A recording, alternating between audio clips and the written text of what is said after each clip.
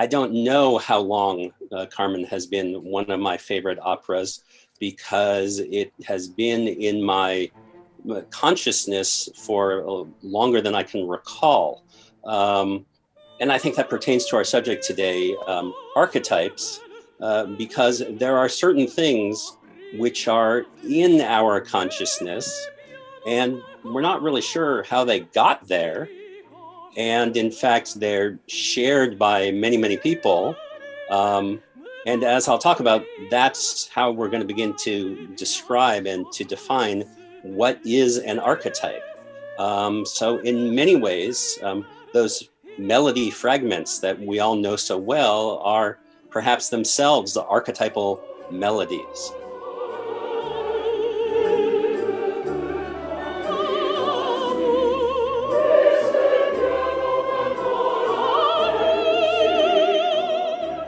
When we look at the character of Carmen, we have to think about what Carmen is representing. Is she somewhat of a feminist icon, right? Is with her own strength and conviction and vigor, and she's going to go her own way regardless of what anyone tells her. And she'll control a room, right? She has no use for a stereotype, typical female, and in fact finds that repulsive. And her power and enjoyment is in manipulation of the men and women. You can see that part of Carmen.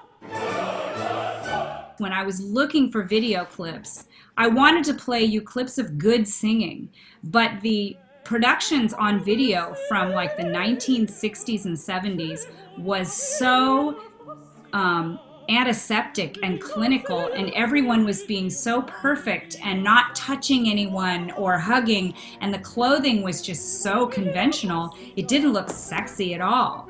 And so I really chose the more modern videos because it was sexier, and I really believe that's at the heart of this story.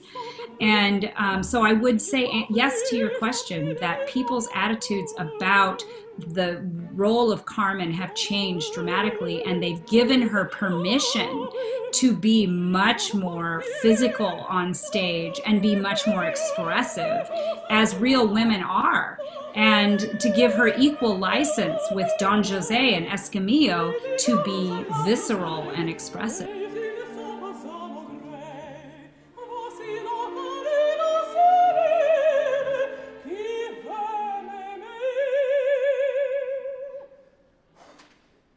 So this is a slide that says Carmen, Romani or Gypsy, and romantic roots. And the word that they use in central Spain for Gypsy is gitano in Roma. That's what they would say themselves. First of all, when do the people come there? They come in 700 AD, they come in 800 AD, they come in 900 AD, and they're there mainly until 1491, 1492. And as part of the Spanish Inquisition, there are a lot of different ethnic groups that are told to leave Spain. And so many Jewish people leave Spain, many Gypsy people leave Spain, many Muslim people leave Spain, but some remain. So what this opera is about are the people that remain. Okay, so shall we do it again, but a little faster? This will be fun. All right, here we go, in a faster rhythm. So 12, 1, 2, 3, 4, 5, 6, 7, 8, 9, 10, 11, 12. Ready? Here we go. 1, 12, 1, 2, 3, 4, 5, 6, 7, 8, 9, 10, 11, 12. 1, 2, 3, 4, 5, 6, 7, 8, 9, 10, 11, 12. 1, 2, 3, 4. So how did that go, you guys? How did that go?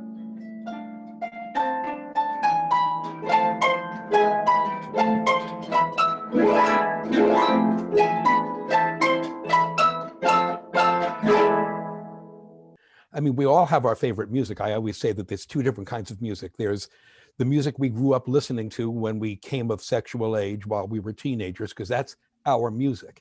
And whoever you are, that music represents who you were at the pivotal time of your life. And then there's everything else. The everything else is as significant, as wonderful, as fascinating, and as meaningful as that music we grew up listening to when we were 13, 14, 15, and 16. Why would we not want that pleasure in our life? Now, if you're a culinary arts person, this is an easy sell, because culinary arts people are all about taste, sensual experience, realizing that nonverbal arts can go above and beyond verbal arts. Engineers, okay, you got to work on engineers a little bit, but what's life all about? You know, where do we get our pleasures from? We are hardwired to make music. Music is something our species created in order to organize activity, in order to create a sense of timelessness, in order to make worship possible. It's a basic organizational aspect to everything we do. So I would say it's a physical phenomenon as well as an intellectual and artistic phenomenon. And it's one of the things that makes us human.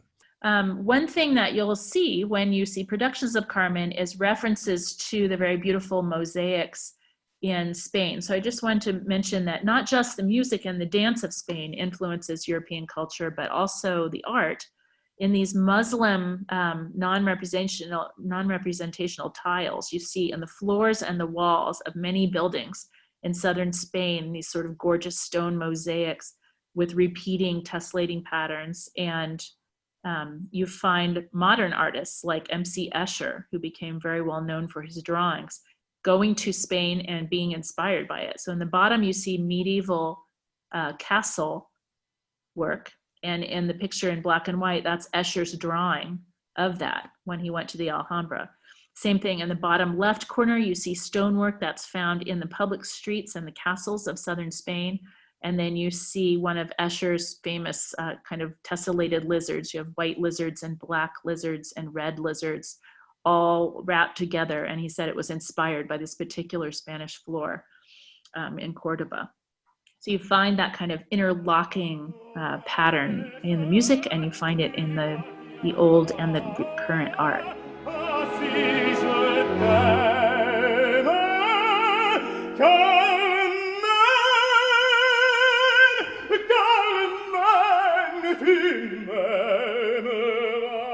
Carmen is a manifestation of the male fantasy of the seductress, right?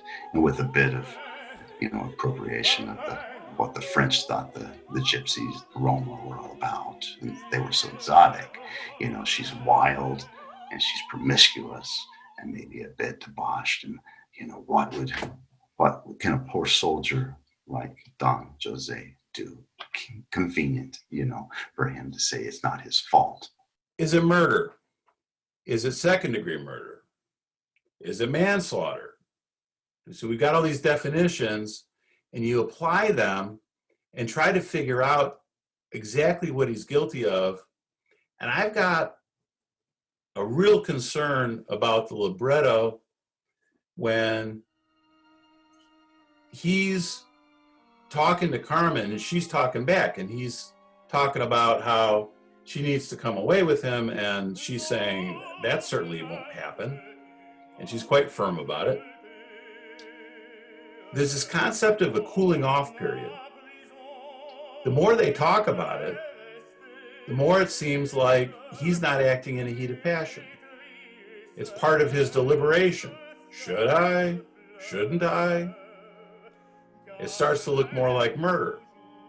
But there could be a proof problem, because I don't know that there's any witnesses to this conversation.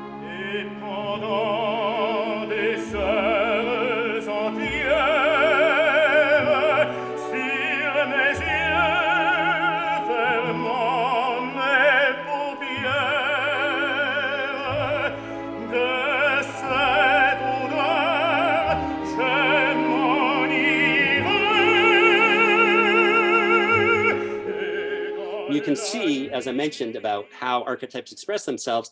Here we have this Greek vase style painting on the left-hand side of the screen. On the right-hand side of the screen, we have a graphic novel, okay? Both referencing the same archetype, offset by about 2,500 or maybe 3,000 years, but both pointing to the same thing. Okay? The ancient Egyptians worshipped a bull deity, and inside Egyptian tombs, there are pictures of bullfights. The ancient Sumerians had an epic, you may have studied it alongside the Iliad and the Odyssey. The hero Gilgamesh defeats the bull of heaven. And in the Middle East, you can see these stone friezes archaeologists have discovered of humans slaying bulls. Now here's where it gets kind of wild. The image also is present in the Old Testament. When Abraham is called upon by God to slay his son, Isaac. Now, you might be saying, Isaac is not a bull.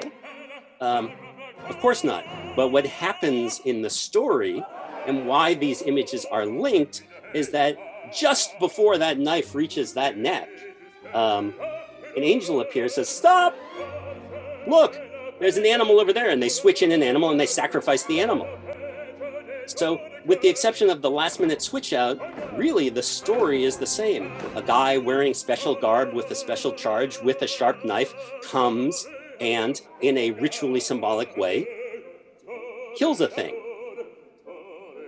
Even in the New Testament, it's found.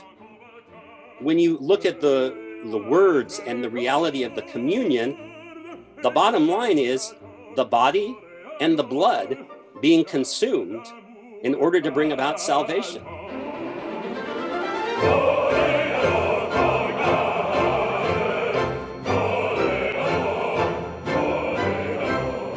You can also zoom out in just a little bit of a wider view too, and realize that Carmen is a very, very old story and universal warning. You know, the very human fear is the loss of your self-discipline and your inability to maintain that, you know. And we all know about self-discipline, particularly in pandemic times. I have a box of chocolate chip cookies sitting on my kitchen counter right now that are calling to me. They sing to me and they say, you know, you didn't have dinner tonight, and it would be very nice if you came and had one of us, and maybe you could have two because we're not as big as those big old Costco cookies, so that would be okay, right? And so why don't you, you know, just a taste, it'll be all right, you know, about self-discipline.